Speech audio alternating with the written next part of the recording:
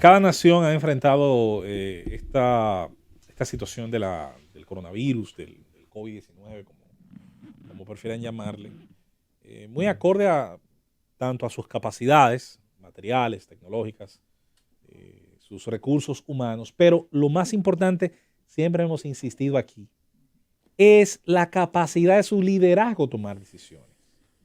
Y hago ese introito, aunque no sea el tema también principal de nuestra participación, para colocar un ejemplo distinto incluso a naciones del primer mundo. Yo creo que hay naciones del primer mundo que han lucido muy mal en el manejo de esta situación del coronavirus. Yo personalmente, claro, lo hago como un ciudadano más del mundo y quizás muchos de ustedes puedan llegar a conclusiones similares o muy distintas. A mí me parece que hubo una actuación displicente y en algunos casos se puede decir negligente de algunas potencias del mundo. En el caso europeo, citamos ayer el famoso caso de los 3 países que llevan la mayor cantidad de turistas al viejo mundo, que es el caso de Italia, de España y de Francia. Son los 3 países también con más mortandad y con más infectados por el coronavirus. De hecho, ayer España, en un rebase de esos que usted no quiere hacer, en una de esas carreras que usted no quiere ganar, ayer España rebasó a Francia en cantidad de infectados, quedando solo detrás de Italia precisamente como el país que más infectados tiene. ¿Pero qué resulta? Hace apenas cuestión de 3, 4 días, organizaciones políticas de esos países, esencialmente el caso español, estaban convocando personas. El partido Vox reunió 10.000 personas en un sitio cerrado. Resultado, hoy uno de sus dirigentes, Ortega Smith, ha dado positivo. Pero el Partido Socialista Obrero Español, que es el partido de gobierno, juntó 100.000 en la calle. Y hay ciertamente una... Ah, si tenían el conocimiento, entonces fueron negligentes, porque a veces la ignorancia es no saber, pero la negligencia es que no te importe lo que sabes. Tal vez no era que no le importaba. Bueno, no le importó lo suficiente. Quizá le dieron más importancia a la situación política. Por lo tanto, entonces al haberle dado menos, ya hay una situación de negligencia. Corea del Sur y los asiáticos también hay que decir que no todos se parecen en la forma en que toman decisiones. Hay, por ejemplo, China Popular, el gran país más poblado del mundo, con muchas industrias y demás. Coloqué de hecho en el grupo de nosotros un enlace de cómo hace un análisis muy interesante sobre las medidas tomadas en el país de origen del brote, donde la primera intención de su gobierno, que es algo muy típico de ese gobierno bonapartista que tiene ese país, y cuando me refiero al bonapartismo, el que ha leído un poquito de ciencia política sabe que esa conjunción de factores militares y de partido único es el bonapartismo, donde hay más que una casta política que gobierna, hay un grupo militar que sustenta la casta política. Y eso netamente es lo que se ha dado, claro, en China, donde tiene a su favor el hecho de haber apostado del 76 para acá en convertir una economía centralizada, planificada, desastrosa, la economía de Mao, convertirla en la economía de mercado que han tenido en las últimas décadas. Fuera de esa situación que yo creo que el mundo celebra y del que ha sido partícipe casi el mundo entero de ese progreso, China mantiene todavía restricciones importantes en el mundo de la información. Y esas restricciones son las que impidieron que muy probablemente se manejara con la alarma y con la emergencia que se debía el brote inicialmente. ¿Cuándo el brote genera las alarmas hacia dentro del gran país? Señores, cuando ya no se puede ocultar, cuando ya el mundo se entera. Cuando el mundo se entera y cuando ya se decide comenzar a canalizar la información, es que entonces se deciden tomar esas decisiones que, claro, han sido correctas, pero tardías. En el caso que concierne a un caso positivo, un ejemplo positivo, Corea del Sur, 7.500 contagiados. Es una cantidad, vamos a decir, cuando usted la compara a la población del país y la compara a otras naciones, vamos a decir mediana, moderada, 54 fallecidos.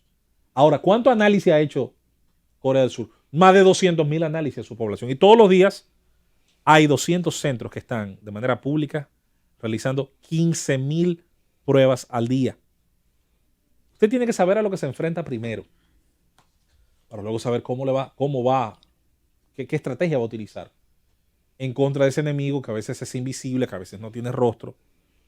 Eso, hay que decirlo, llama la atención. ¿Cuáles elementos pueden jugar a favor de países menos desarrollados? Miren qué curioso. Se ha hablado del elemento climatológico, pero ahí no hay que decir que ahí hay conclusiones muy sesgadas y que una fuente dice una cosa, una fuente dice otra. Esa idea de que per se el hecho de que un país sea más caluroso que otro va a impedir que una parte de su población se infecte y muera, no es tan fácil como se dice, ¿no? Hay que tomar las medidas. Ahora, donde sí hay un factor claramente que diferencia un país de otro, y atención a esto, compañeros, es la cantidad de población por encima de los 65 años que hay entre una nación y otra. Los países que tienen poblaciones, demografías claramente envejecientes, donde desde hace años, incluso décadas, las tasas de natalidad ni siquiera llegan a las tasas de sustitución. La famosa tasa de sustitución es 2.1, 2.2, de ahí para arriba. Es simple, un matrimonio compuesto de un hombre y una mujer que puedan procrear, con el perdón de la corrección política, que me va a matar por eso, porque ahora hay que decir que el rojo es azul. No, no, no. Hombre y mujer pueden procrear. Cromosoma Y, cromosoma X.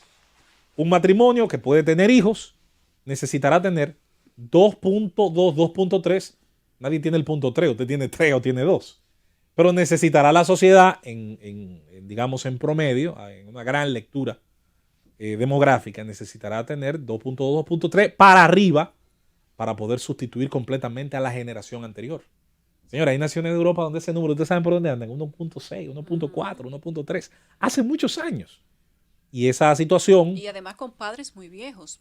Donde hay una parte de la población que se está integrando al famoso segmento de las pensiones, de los retiros, del altísimo consumo de cuidados sanitarios, con una importante inversión de la salud en ellos. Esas naciones, la sustitución de esos individuos que están abandonando el tejido productivo, en muchos casos se ha dado es con la inmigración. Pero entonces ahí viene una dinámica que siempre va a generar grandes roces en el manejo político. Hasta qué punto esos que llegan suelen insertarse positivamente en esas sociedades, hasta qué punto es positivo que una sociedad prácticamente esté condenándose a sí misma a ir desapareciendo. Bueno, esas discusiones de siempre. Ahora, la situación real al día de hoy es que una nación como Italia, que tiene creo que un 20 y pico % de la población, creo que 24, vamos a buscar el número correcto, está por encima de los 65 años. Señores, una epidemia como esta, que claramente señala hacia los envejecientes como uno de los factores, un 23%, ahora sí, de la población italiana tiene más de 65 años. Un 23%. Corea del Sur, el ejemplo que acabo de citar, un 14% de su población tiene pues una situación de edad, superior a los 65 años. Eso hay que decir que ciertamente pues tiene una situación. El único país hasta ahora de los países desarrollados que ha logrado tener una reducción en cuestión de los últimos días, de hecho ese cuadro lo voy a mandar al grupo de trabajo de nosotros, donde los nuevos casos se han estado reduciendo, es decir, desde el día 2 de marzo, que fue su máximo pico, donde aparecieron más de 700 casos nuevos. Desde entonces ha habido una reducción, un zigzagueo, pero siempre con picos más bajos que los días anteriores, hasta llegar al día de hoy, donde está casi encontrándose la cantidad de infectados anteriores y de nuevos casos. Es decir, el hecho de hacer esos test, de hacer esas pruebas, y yo vuelvo hasta hace un ratito, no sé qué costo tendría, lo ignoro, puedo estar pecando desde la ignorancia, no sé qué costo va a tener para países como los nuestros en vías de desarrollo, obtener la capacidad de hacer pruebas, pero de hacer muchas, y de con eso, entonces, comenzar a generar tranquilidad en mucha gente que aún teniendo síntomas, a veces de situaciones similares en cuanto a la gripe, en cuanto a la influenza, pues pueda ir separando ese asunto. Menciono el caso de Corea del Sur, no porque como lo maneje ese gobierno, esa sociedad, a lo mejor sea perfecto, a lo mejor hay detalles que desconozco o hay detalles que no estamos contextualizando correctamente. Es una de las naciones más avanzadas del mundo. Corea del Norte, que mandó a fusilar al que se le fue de la cuarentena. Dirán ellos que usaron el método más seguro, ay Dios santo, que es el que más le gusta a Kim Jong, que es el del fusilamiento. Al final, cada sociedad, bueno, hará lo que pueda, lo que esté dentro de sus capacidades para tratar de evitar el pánico, aunque es bueno hacer una diferenciación, como decía un analista que leía esta mañana. Una cosa es el pánico y otra es la alarma. La alarma es necesaria. La alarma es importante. Generar la alarma, sí, eso es bueno. Que es la diferencia entre el miedo y la cobardía. El miedo es un elemento natural. consustancial a la vida del hombre. Es más, que yo estoy vivo a lo mejor porque le tengo miedo a la electricidad, a la altura y al fuego. Y se la tenía al agua hasta que no aprendí a nadar bien, más o menos, para no ahogarme. Quizás por eso estoy vivo. El miedo es una frontera emocional que nos salva de muchas cosas. Ahora, la cobardía es otra cosa. No debe reaccionarse con cobardía cuando se tiene que enfrentar una situación de peligro que avanza hacia nosotros. Es lo mismo en el caso de la alarma y del pánico. Mucha gente yo la oigo, ay, que no hay que sembrar el pánico, que no hay que sembrar el pánico, que no hay que sembrar el pánico. Perfecto, no sembremos el pánico.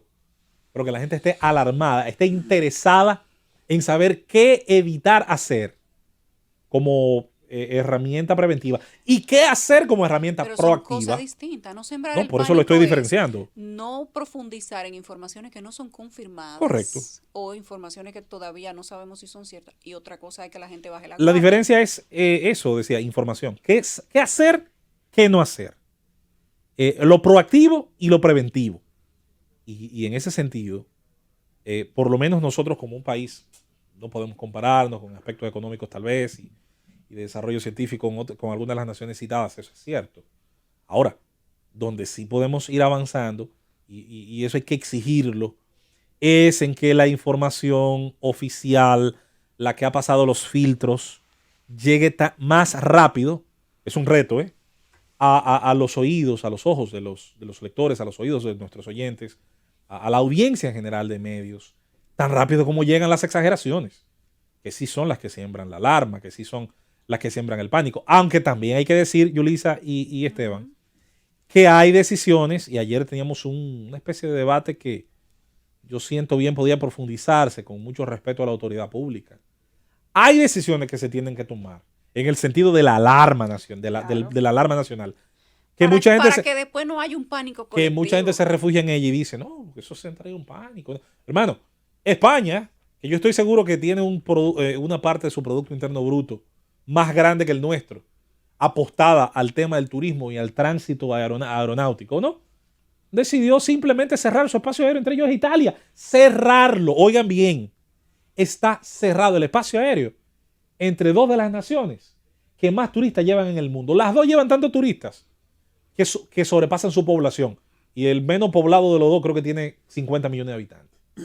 Yo insisto, no es una decisión que se tome a la ligera. No estoy diciendo que el presidente se ponga un traje de guardia y diga, se tiene que cerrar esto. Ahora, si se tiene que hacer el llamado de emergencia nacional, si se tiene que hacer el llamado de emergencia pública, oye, que se haga y que se comiencen a generar una serie de medidas que puedan de alguna manera generar contención de diferentes espacios públicos. Aunque la gente pueda mantener 80-90% de sus rutinas, que siga yendo al colegio. Por ejemplo, España ha decidido, Italia. La sociedad está en un estado de sitio, sí, pero los supermercados están abiertos. Sí, la gente no va a dejar de comprar comida, ni farmacia, ni de beberse un trago de vino. Ahora, no se van a juntar 500 gente juntas a bailar en un concierto de bachata porque ahora a alguien se le ocurra. No, hay cosas que se pueden y cosas que no se pueden hasta que los números comiencen a presentar una estabilización o una reducción de los actuales niveles que tiene esta pandemia. Información. Usted no está obligado a creer ni lo que yo digo, ni lo que nadie diga, si a usted no le resulta satisfactorio. Puede, y esa es una de las grandes ventajas de estos tiempos, conseguir información en fuentes que usted siempre va a considerar le merecen una gran confianza. Están ahí, de hecho, las páginas, los sitios, los videos que la Organización Mundial de la Salud, la Organización Panamericana de la Salud y otros organismos han estado preparando. Dele seguimiento.